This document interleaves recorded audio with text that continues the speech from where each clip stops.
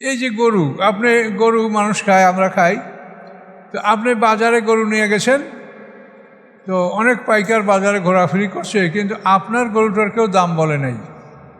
আপনি সন্ধ্যাবেলায় আপনার গরুটা নিয়ে বাড়িতে আসছেন, গরুটাও খুব আনন্দে বাড়িতে ফিরে আসে। মানুষরা জিজ্ঞাসা করে, এই তোমার গরুর কত দাম বলেছে? কেউ বলেই নাই, আমার গরু কেউ জিজ্ঞাসাই করে নাই।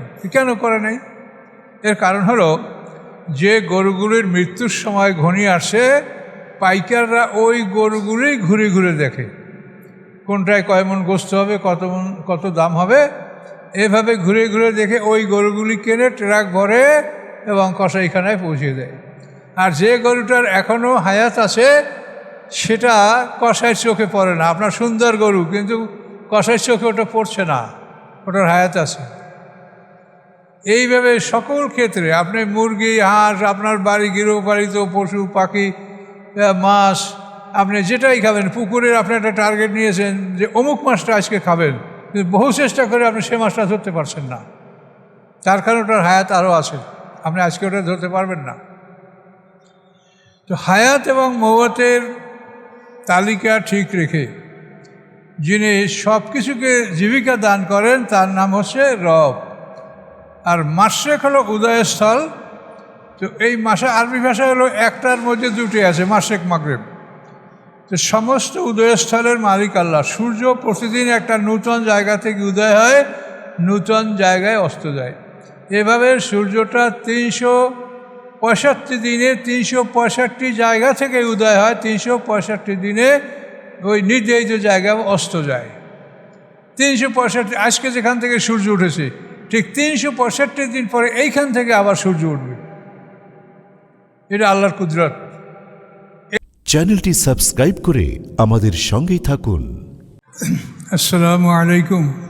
সম্মানিত সুধীমণ্ডলী, আমরা সূরা সাফফাত থেকে এখন ধারাবাহিক আলোচনা করব ইনশাল্লাহ। আউযু বিল্লাহি মিনাশ শাইতানির রাজিম। বিসমিল্লাহির রহমানির রহিম। ওয়াস-সাফফাতি সাফফা। শপথ ওই সকল ফেরেশতার যারা সারিবদ্ধ হয়ে থাকে। আমরা যেরকম নামাজে কাতার দেই, এইরকম ফেরেশতারা আল্লাহর কোনো আদেশ শোনার জন্য কাতারবন্দি হয়। সেই ফেরেশতাদের কসম আল্লাহ করছেন। ওয়াস-সাফফাতি সাফফা। ওই সকল ফেরেশতাদের শপথ যারা কাতারবন্দি হয়, কাতারবন্দি হয়ে দাঁড়ায়। ফাজ্জাজিরাতে ঝাজরা। এবং ওই সকল ফেরেশতার শপথ যারা মেঘমালাকে তাড়ায়। মেঘমালা এক জায়গা থেকে আরেক জায়গায় হাঁকিয়ে নিয়ে যায়। মিকাইল গ্রুপের ফেরেশতারা এই মেঘ পরিচালনার দায়িত্ব পালন করে।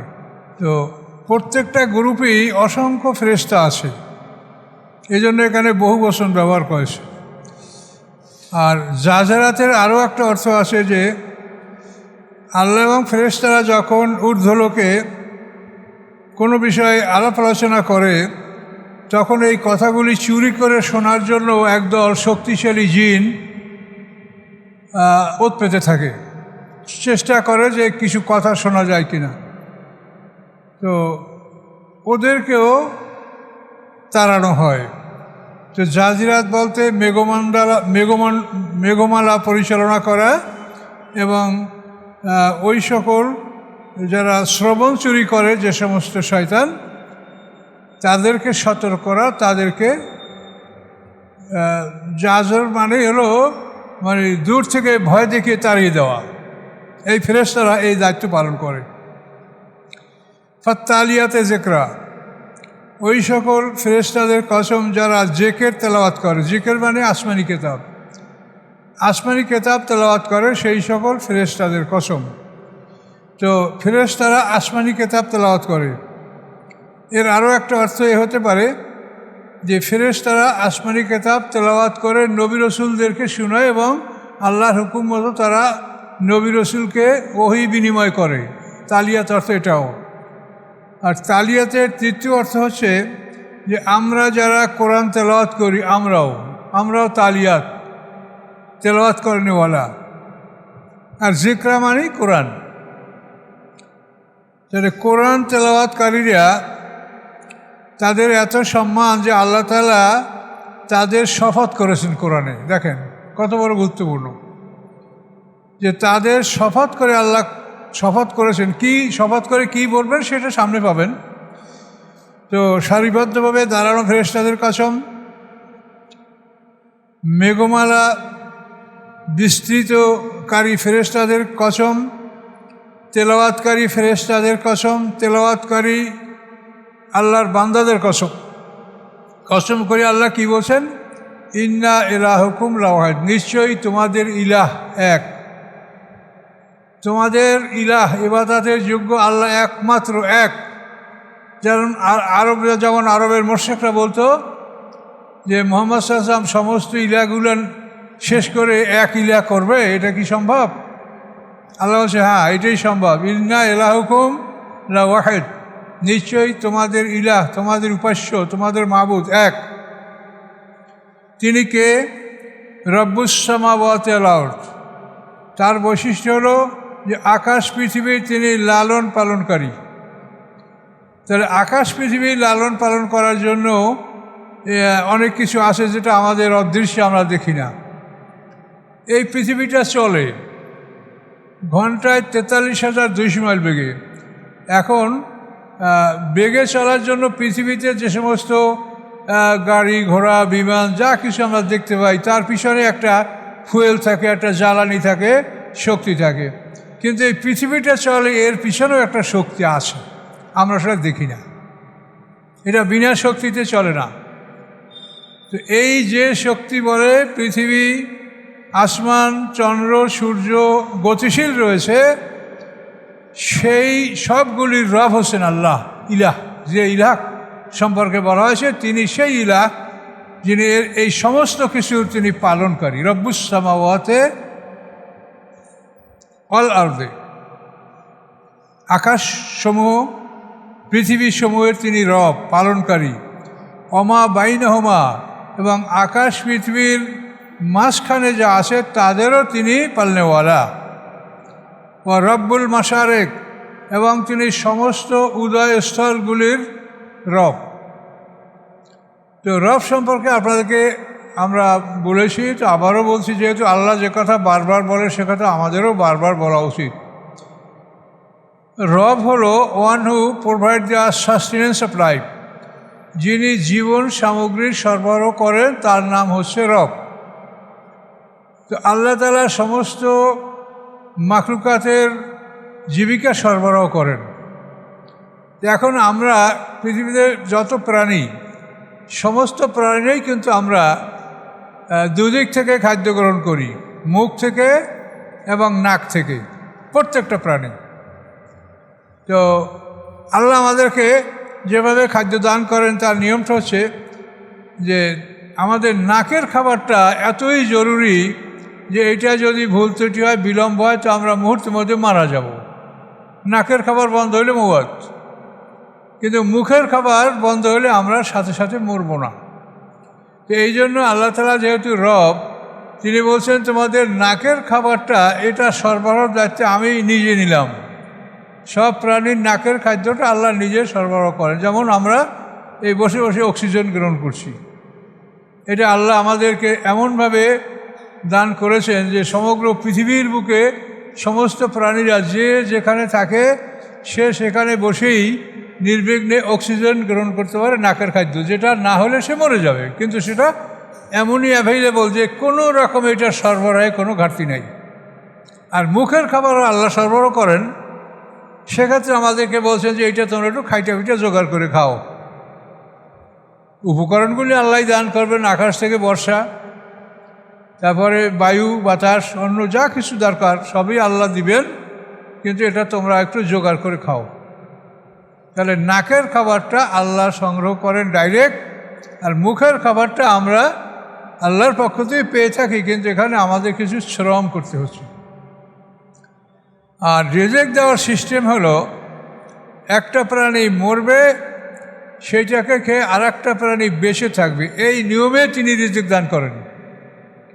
যেমন একটা ছোট্ট পুঁটি মাছ, এটা এখন মরবে, হায়াত নাই, তো এইটা মরে যদি পানিতে এটা গলে যায় তাহলে পানিটা নষ্ট হবে।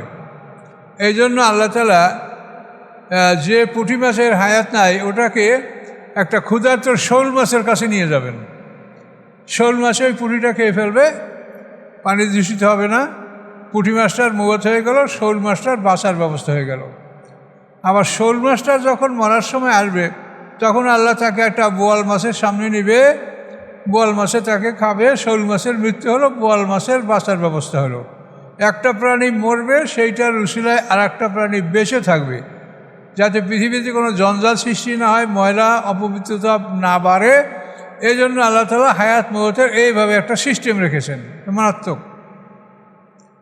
এই যে গরু, আপনি গরু মানুষ খায়, আমরা খাই, তো আপনি বাজারে গরু নিয়ে গেছেন, তো অনেক পাইকার বাজারে ঘোরাফেরি করছে, কিন্তু আপনার গরুটার কেউ দাম বলে নাই।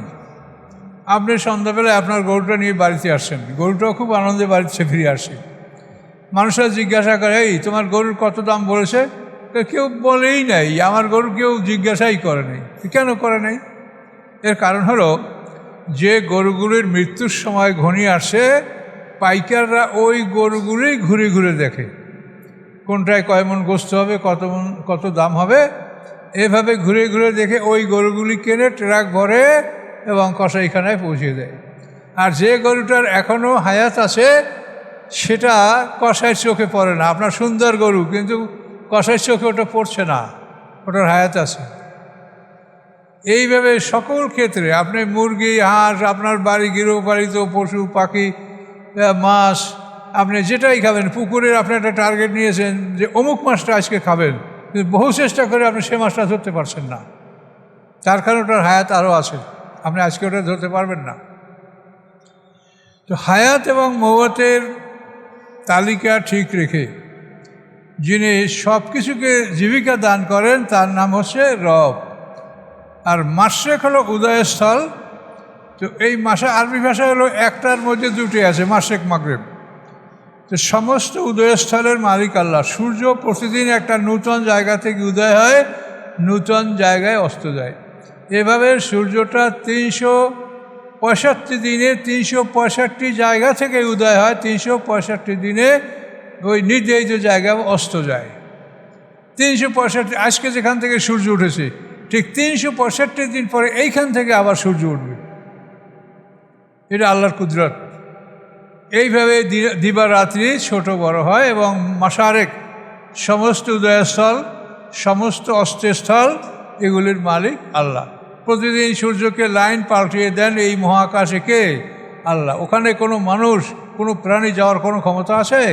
এত ভয়ঙ্কর তাপ, তাদের জানেন যে কত সেলসিয়াস তাপ সূর্যের, কাছাকাছি কেউ যেতে পারে না। এত দূরে অবস্থান করছে সূর্যের, তার তাপে আমরা পৃথিবীতে ছটফট করছি। কাজে এই সূর্যের লাইন আল্লাহর নিয়ন্ত্রণে, আল্লাহ এগুলো ব্যবস্থা করেন। ইন্না যায়্যান্না সামা দুনিয়া বে জিনাতিনিল কাওয়াকিব, আল্লাহ বলেন নিশ্চয়ই আমি সাজিয়েছি নিকটতম আকাশকে। সামা দুনিয়া, নিকটতম আকাশ, এই আমাদের সামনে যেটা আমরা দেখতে হবে, এটা নিকটতম আকাশ। ইন্না যায়্যান্না সামা দুনিয়া, আল্লাহ বলেন নিশ্চয়ই আমি সাজিয়েছি নিকটতম আকাশ বে জিনাতিনিল কাওয়াকিব, তারকার সৌন্দর্য দ্বারা। তারকাকে এমনভাবে আকাশে আল্লাহ ফুটিয়ে রেখেছেন, অন্ধকার রাত্রে যদি আপনি মাঠে আসেন, আকাশে তাকান, দেখবেন যেন মানে সরোবরে পদ্ম ফুল ফুটে থাকে, যেরকম বড় বড় বিলে যেরকম ফুল ফুটে থাকে, আকাশটা মনে হয় যেন সব ফুল ফুটে আসে, খুব সুন্দর লাগবে আপনার কাছে। তা আল্লাহ বলেন এই তারকার সৌন্দর্যের দ্বারা আমি আকাশকে সাজিয়ে রেখেছি, হেফজা, এবং এগুলিকে বানিয়েছি আমি রক্ষক, মিনকুল্লে শয়তানে মারে, সকল বিতাড়িত শয়তান থেকে। বিতাড়িত শয়তান থেকে এরা সুরক্ষিত, এই তারকাগুলি। এবং এই বিতাড়িত শয়তানরা লাইয়াসমাউনা ইলাল মালাইল আলা, তারা শুনতে পায় না ঊর্ধ্বলোকের কথা। ঊর্ধ্বলোকে আল্লাহ ফেরেশতারা যেখানে আলাপ করেন, কথাবার্তা বলেন, এই কথাগুলো শয়তানরা শুনতে পায় না। ওয়ুক জাফুনা মিনকুল্লে জানেব, তাদেরকে সকল দিক থেকে তাড়ানো হয়। যখনই ওই হেইলিং ডিস্টেন্সে যায় তখন নির্ধারিত আছে ক্ষেপণাস্ত্র ফিট করা তারকা, সেই তারকাগুলি শয়তানদেরকে তাড়ায়। আদম আলাইহিস সালামের জমানায় শয়তানরা জিনরা সপ্ত আকাশ পর্যন্ত যেতে পারত। এরপরে ইদ্রিস আলাইহিস সালামের পরে তাদেরকে ষষ্ঠ আকাশ পর্যন্ত যাওয়া এরা বন্ধ করে দেন। এরপরে ঈসা আলাইহিস সালাম আসার পরে তাদেরকে দ্বিতীয় অথবা তৃতীয় আকাশে যাতায়াত বন্ধ করে দেন। আমাদের নবী মুহাম্মদ সাল্লাল্লাহু আলাইহি ওয়াসাল্লাম পৃথিবীতে জন্মের পরে কোরআন যখন প্রথম আকাশে নাযিল হয় তখন শয়তানদেরকে প্রথম আকাশের যাতায়াতও বন্ধ করে দেওয়া হয়, কিন্তু কাছাকাছি যেতে পারে, ওখানে গেলেই তারকা থেকে মেজাইল তাদেরকে আক্রমণ করে, শয়তান ঊর্ধ্বলোকে আর যেতে পারে না। তো আল্লাহ বলেন লা ইয়াসমাউনা ইলাল মালাইল আ'লা, এই জিন শয়তানেরা এরা ঊর্ধ্বলোকের কথা শুনতে পায় না। ওয়ুক জাফুনা মিন কুল্লি জানেব, তাদেরকে সকল দিক থেকে তাড়ানো হয়। দুহুরা, বিতাড়ন তাদের জন্য, তাদেরকে বিতাড়িত করা হয়। ওলাম আযাবু আসেব, এবং তাদের জন্য রয়েছে চিরস্থায়ী শাস্তি। চিরস্থায়ী মানে দুনিয়ায়ও শাস্তি, আখিরাতেও শাস্তি, চিরস্থায়ী শাস্তি তাদের জন্য, এই শয়তানদের জন্য। ইল্লা মান খাতেফাল খাতপাতা ফাতপাউ শিহাবুন সাকিব, শুনতে পায় না তারপরও খাতেফা মানে ছো মেরে নিয়ে যাওয়া। যদি তারা ছো মেরে নিয়ে যায় কোনো কথা, অর্থাৎ হঠাৎ করে কাছাকাছি যে কোনো একটা কথা যদি শুনতে পায়, এভাবে যদি কোনো কথা চুরি করে তারা পালাতে শুরু করে, ফাতপাউ শিহাবুন সাকিব, আল্লাহ বলেন তার পশ্চাৎ বমন করে একটি উজ্জ্বল নক্ষত্র। তখন ওই শয়তানের পিছনে একটা উজ্জ্বল নক্ষত্র তাকে ধাওয়া করে। ধাওয়া করার ফলে সে তখন ওই মানে তারকার সাথে যে ক্ষেপণাস্ত্র, এর থেকে সে আঘাতপ্রাপ্ত হয় এবং শরীর তার ক্ষতবিক্ষত হয় এবং আংশিকভাবে জ্বলে পুড়ে যায়। এইভাবে তাদেরকে তাড়ানো হয়। আর শয়তান এত কষ্ট করে কথা চুরি করে কেন? এটা হলো গণকদের যে একটা শিরকি ধারা পৃথিবীতে আছে। গণক, এদের কাছে মানুষ যায়, আপনার মাল চুরি হয়ে গেছে, হারিয়ে গেছে, দেখো অমুক গণক খুব ভালো গুনতে পারে। সেখানে কিন্তু অনেক ইমানদার মানুষও মানে ইমানের তোয়াক্কা না করে মালের আশায় এই গণকদের কাছে যায়, এবং তারা মাঝে মাঝে দুই একটা কথা সত্য বলতে পারে। তার কারণ হলো শয়তান এরা আমাদের চাইতে বেশি চোখে দেখে, আমাদের চাইতে দ্রুত চলতে পারে, বেশি চোখে দেখে। এই জন্য মনে করেন আপনার একটা গরু চড়ে নিয়ে গেছে, যে এমন হতে পারে যে শয়তানেরা দেখে ফেলেছে যে গরুটা কোথা থেকে কোথায় নেওয়া হয়েছে। তো এখন এই শয়তানেরা গণকের কাছে এটা জানাবে যে এই গরুটা অমুক জায়গার থেকে অমুক জায়গায় গেছে। এখন আপনি যদি এই গণকের কাছে যান আর আপনার গরুর সন্ধান যদি সে দিতে পারে, তাহলে দেখবেন 1 বছরের জন্য গণকের কাছে আর মানে এমনভাবে লাইন হবে যে কোনো মানুষ ফলাফল না পেয়েও তার কাছে যাইতে থাকবে, মনে করবে যে উনি সঠিক গণনা করতে পারে, অমুকের গরু বাইর করছে, আমারটাও পারবে। এগুলি কিন্তু সব শয়তানের সম্পর্ক, শয়তানের লাইন, মানে জিন ইনসান দুই জাতি মিলে মানুষকে শিরকের মধ্যে লিপ্ত করতে চায়। এবং দাজ্জাল ও শয়তানের সহযোগিতায় মানে শেষ জমানায় মানুষদেরকে বিপদগামী করবে। দাজ্জালের অনুগত যে শয়তান, এগুলিকে দাজ্জাল এমনভাবে ব্যবহার করবে, সে বলবে যে তোমার মৃত পিতাকে আমি জীবিত করে দেখাবো, আমাকে মানবে? হ্যাঁ। তখন ওই কবরের কাছে বলবে যে অমুকের পিতা অমুক, কুম্বিজ নিয়ে আমার হুকুমে দাঁড়াও। তখন ওই যে মৃত ব্যক্তি যে তার সুরাত ধরে একটা শয়তান দাঁড়াবে। শয়তান বিভিন্ন আকৃতি ধারণ করতে পারে। তখন মানুষ মনে করবে যে এই লোক তো বড় ওলি আল্লাহ, এ তো আল্লাহ, মানে কেউ সেজদা, মানুষের জ্ঞান থাকবে না। এখনই তো মানুষের জ্ঞান নাই, ধর্মীয় জ্ঞান কয়টা মানুষের আছে? এইভাবে মানুষরা কিয়ামতের পূর্বক্ষণে দাজ্জাল দ্বারা আক্রান্ত হবে এবং ঈমান নষ্ট করবে। তো এই কাজে জিন এবং শয়তানরা একত্র এই কাজগুলো করে, যার জন্য ওরা মার খেয়েও চায় যে মহা আকাশে ঊর্ধ্বলোকে যে কথাবার্তা, যে আল্লাহ কোন সময় কোন কাজ করবে, কোন সিদ্ধান্ত, এর একটা যদি ওরা জানতে পারে, তাহলে ওরা মার খেয়েও, ওরা ক্ষেপণাস্ত্রের আঘাত খেয়েও ওরা গণকদের কাছে যদি এই কথাটা বলতে পারে, তাই গণকদের সাথে মানে শিরক করার একটা লাইন তৈরি হয়ে যাবে। এই জন্য এগুলো এরা করে। সবাই বলেন নাউজুবিল্লাহ। তো আল্লাহ তাআলা আমাদের রক্ষাকারী অভিভাবক, তিনি আমাদের সব সমস্যাগুলি বলে দিচ্ছেন, কিন্তু আমরা যদি সেই কোরআন থেকে সমস্যাগুলি গ্রহণ না করি, না বুঝি, তাহলে আমরা কী করে রক্ষা পাবো বলেন? মানুষকে এত বোকা পেয়েছে আজকালকার একদল ব্যবসায়ী, তারা বিজ্ঞপ্তি দিতে সাহস করছে জিন হুজুর, অমুক হুজুরের সাথে জিন আছে, তার কাছে গেলে আপনার সব সমস্যার সমাধান হয়ে যাবে, জিন হুজুর। এইভাবে তারা মানুষের থেকে লক্ষ লক্ষ টাকা হাতিয়ে নিচ্ছে এবং মানুষেরা তাদের ইমানও নাই, জ্ঞানও নাই। এভাবে তারা তাদের ইমান নষ্ট করছে, ধন সম্পদ নষ্ট করছে এবং তাদের পরকাল নষ্ট করছে। আর আল্লাহ কোরআনে পরিষ্কার বলেছেন জিন শয়তান যে একে অপরের দ্বারা যারা উপকৃত হয়েছে তাদের ফয়সালা হলো আল্লাহ তাদেরকে জাহান্নামে যাওয়ার আদেশ দিয়ে দিবেন। কাজে এই জন্য আপনি দুনিয়ায় খুব তাড়াতাড়ি লাভবান হওয়া, ক্ষতির থেকে রক্ষা পাওয়া, এই জন্য আপনি এমন কাজে যান না যাতে আপনার ইমান নষ্ট হয়, যাতে আপনি শিরকের মধ্যে ঢুকে পড়েন। আপনাকে সাবধান হতে হবে। দুনিয়া সামান্য সময়ের জন্য, এতটুকু সময়ের জন্য আমরা ধৈর্য যদি না রাখি তাহলে আমাদের সামনে মহাবিপদ হবে।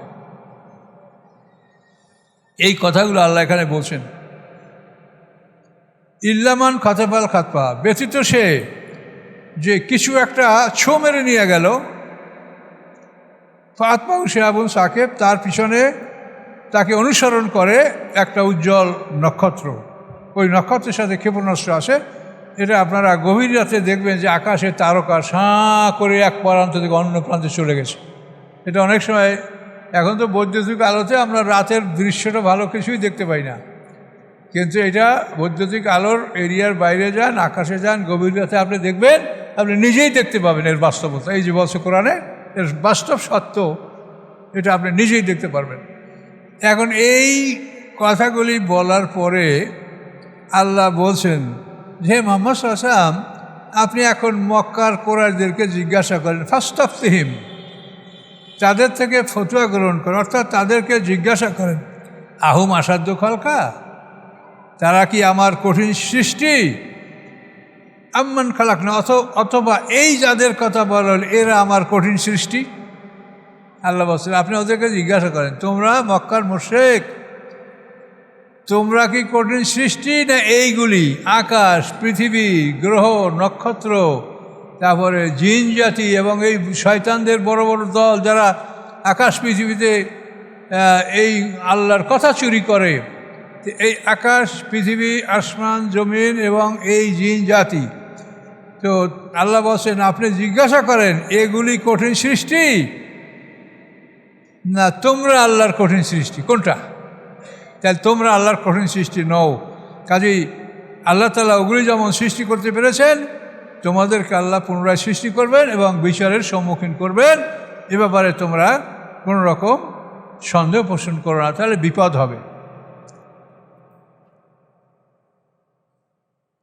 আল্লাহ বলেন ইন্না খালাকনাহুম মিন তিনিন লাযিব, আমি তো তাদেরকে মিশ্রিত মাটি হতে,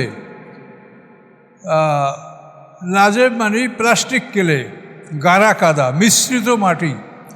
আল্লাহ বলেন আমি তো এই তোমরা মানুষ, তোমাদেরকে মিশ্রিত মাটি হতে, মাটিটা মিশ্রিত মানে মাটির সাথে পানি যোগ না করলে মাটির দ্বারা কিছুই করা যায় না।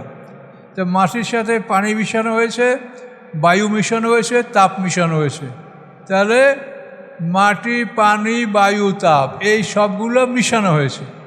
মিশিয়ে এই সংমিশ্রিত মাটি দ্বারা আল্লাহ বলেন আমি তোমাদেরকে সৃষ্টি করেছি। আদম আলাইহিস সালামকে আল্লাহ তাআলা যে মাটি নিয়েছেন সেখানেও এই বস্তুগুলি মিশানো হয়েছে। পৃথিবীর পৃষ্ঠদেশে মাটি, পানি, তাপ, বায়ু সবই মিশ্রিত করা হয়েছে, মিশ্রিত করেই সৃষ্টি করা হয়েছে।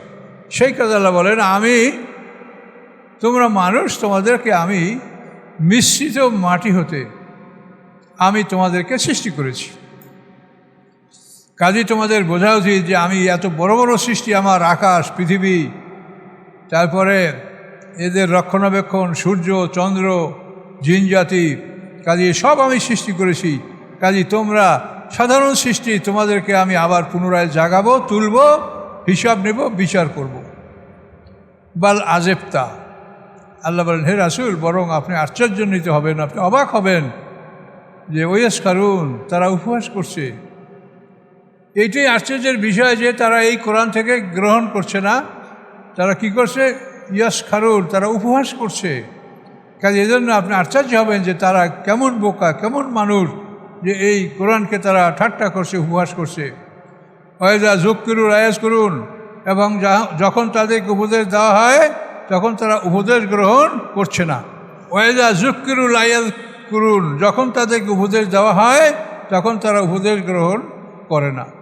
ওয়াইজা রাও আয়াতান ইয়াস্তাসকিরুন, যখন তারা দেখে কোনো নিদর্শন তখন সেটাকে তারা উপহাস করে। আয়াত মানে নিদর্শন, মুজিজা অথবা আয়াত মানে কোরআনের আয়াত, এগুলি নিয়ে তারা উপহাস করে। ইয়াস্তাসকিরুন অকলু, এবং তারা বলে এন হাযা ইল্লা সিহরুম মুবিন, এগুলি স্পষ্ট জাদু ছাড়া আর কিছু নয়। মূসা আলাইহিস সালাম কত বড় মুজিজা, আয়াত মানে নিদর্শন দেখালেন, এটা জাদু। ফেরাউন সমস্ত জাদুঘর সংগ্রহ করে মূসা আলাইহিস সালামের সাথে মোকাবেলা করার জন্য মাঠে নামলো। পরিণাম কী হয়েছে তা জানেন।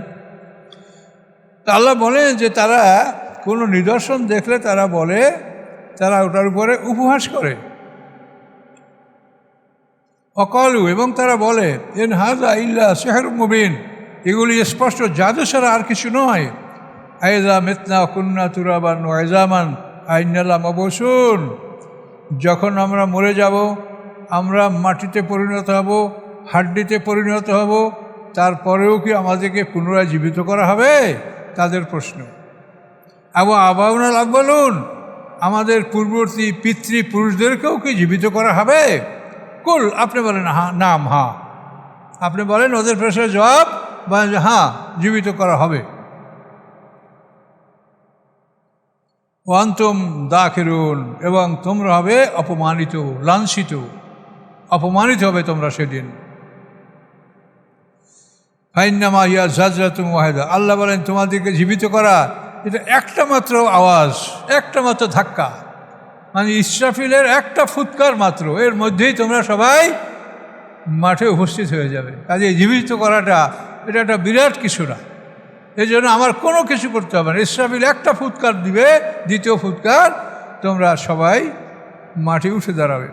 ফায়দাহুম ইয়ানজুরুন, মুহূর্তের মধ্যে তারা তাকাতে থাকবে যে হায় কোথায় আসলাম, ছিলাম কোথায়, এতদিন কোথায় হারিয়েছিলাম, কিভাবে আসলাম, উঠে মাঠে উঠে তাকাতে থাকবে। ফায়দাহুম ইয়ানজুরুন, মাঠে উঠে তারা তাকাতে থাকবে। অকল, এবং বলবে ইয়া ওয়াইলানা, হায় ধ্বংস আমাদের, হাযা ইয়াউমুদ্দিন, ইহাই তো প্রতিদান দিবস।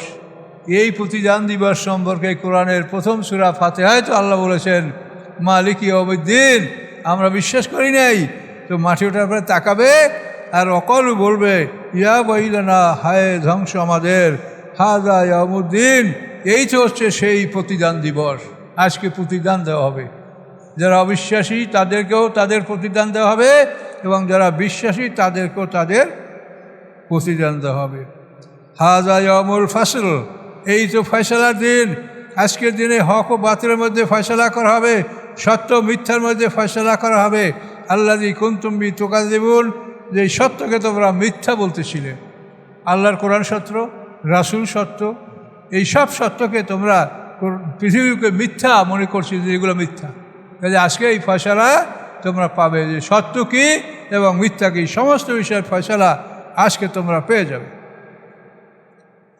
আল্লাহ বলবেন উহশুরুল্লাযিনা যালামু আজওয়াজাহুম, একত্রিত করো জালেমদেরকে এবং তাদের সমমানাদেরকে।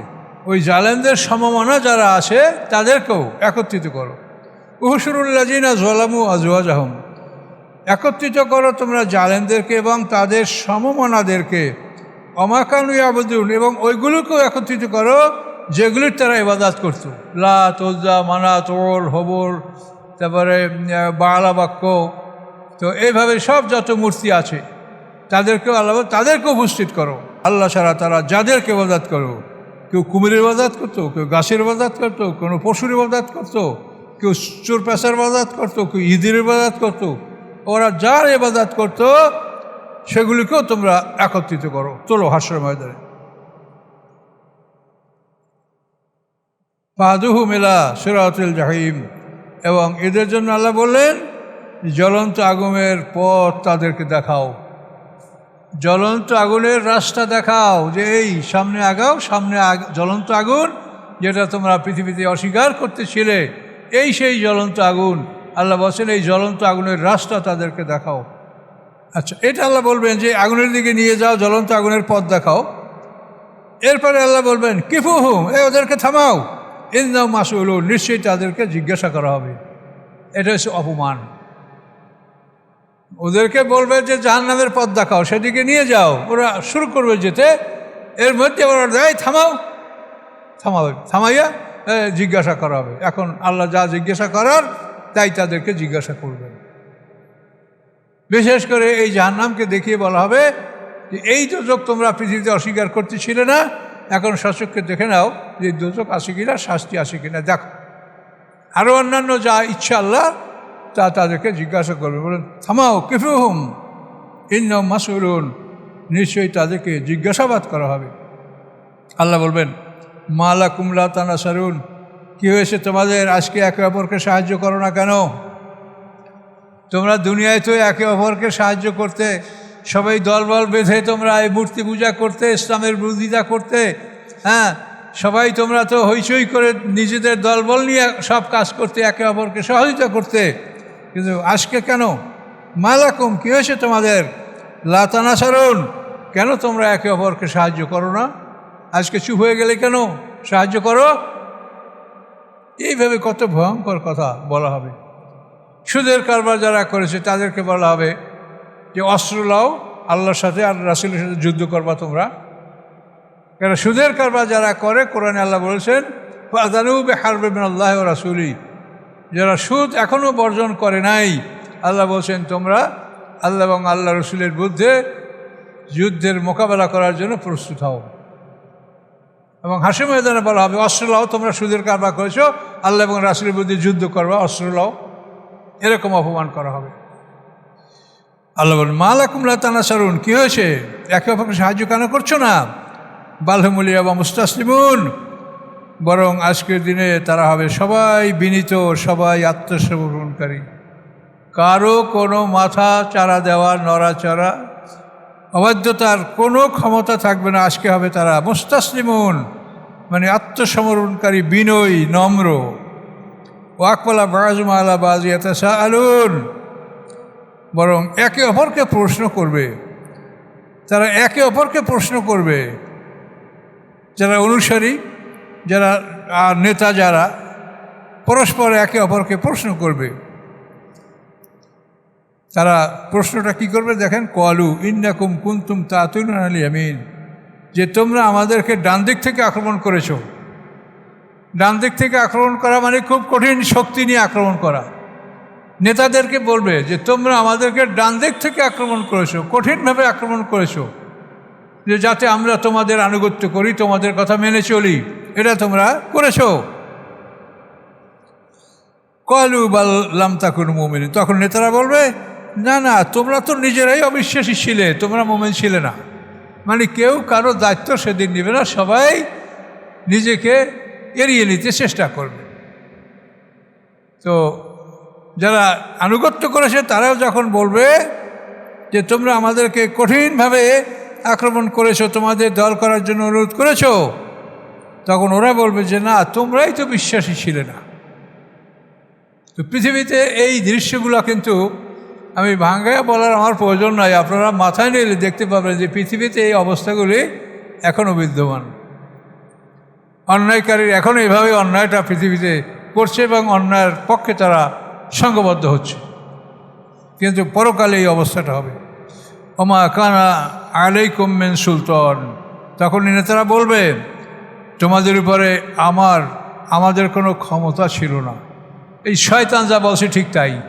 শয়তান হাসরের ময়দানে বলবে যে আমার তো তোমাদের উপরে কোনো ক্ষমতা ছিল না, আমি কাউকে জোর করে আমার পথে আনতে পারি, আমি শুধু দাওয়াত দিয়েছি। এই শয়তানের বন্ধু শয়তান, এরা বলবে ওমা কানা আলাইকুম মিন সুলতান, তোমাদের উপরে আমার কোনো এমন ক্ষমতা ছিল না যে জোর করে তোমাকে আমি আমার পথে আর মতে নিয়ে আসবো। মান কুনতুম কওমান তাগীন, বরং তোমরাই ছিলে বিদ্রোহী এবং আল্লাহ বিরোধী সম্প্রদায়। কাজে এভাবেই সবাই দায় মুক্তির জন্য চেষ্টা করবে। ফাঁকা আলাইনা, অতএব স্থির হয়েছে আমাদের উপর আল্লাহর বাণী, কৌলু রব্বেনা, রবের বাণী আমাদের উপরে চূড়ান্ত হয়েছে কি, ইন্দালা জায়কুন, যে নিশ্চয়ই আমরা এই জাহান্নামের স্বাদ আমরা ভোগ করব। ফাকবাইনা কুমিন্না কুন্না গাবিন, আমরা তোমাদেরকে বিবাদগামী করেছি আর আমরা নিজেরাও বিপদে ছিলাম, একথা তারা সেদিন স্বীকার করবে। ফাইন্নম ফিল ইয়াউমাইযিন ফিল আযাবি মুশতারিকুন, এভাবে সেদিন তারা শাস্তিতে শরিক হবে, অর্থাৎ সবাই একই শাস্তির অংশীদার হবে। ইন্না কাযালিকা নাফআলু বিল মুজরিমিন, নিশ্চয়ই আমরা মুজরিমকে, আল্লাহ বলেন এভাবে অপরাধীদেরকে আমি এভাবেই শাস্তি দেবো, এভাবেই তাদের সাথে আমি আচরণ করব। ইন্নাম কানু, তাদের অবস্থা কী ছিল, ইযা কিলা লাহুম লা ইলাহা ইল্লাল্লাহ ইস্তাকবিরুন, যখন তাদের সামনে বলা হতো লা ইলাহা ইল্লাল্লাহ, আল্লাহ ছাড়া কোনো মাবুদ নাই, তখন তারা অহংকার করতো। এই লা ইলাহা ইল্লাল্লাহ, এক আল্লাহ, এটা মানতে তারা রাজি হতো না। আল্লাহ মানবে, আল্লাহ আছে, তার সাথে আমাদের শরীকরাও থাকবে, এভাবে তারা শিরক করতো, তারা এক আল্লাহকে মানতে রাজি ছিল না।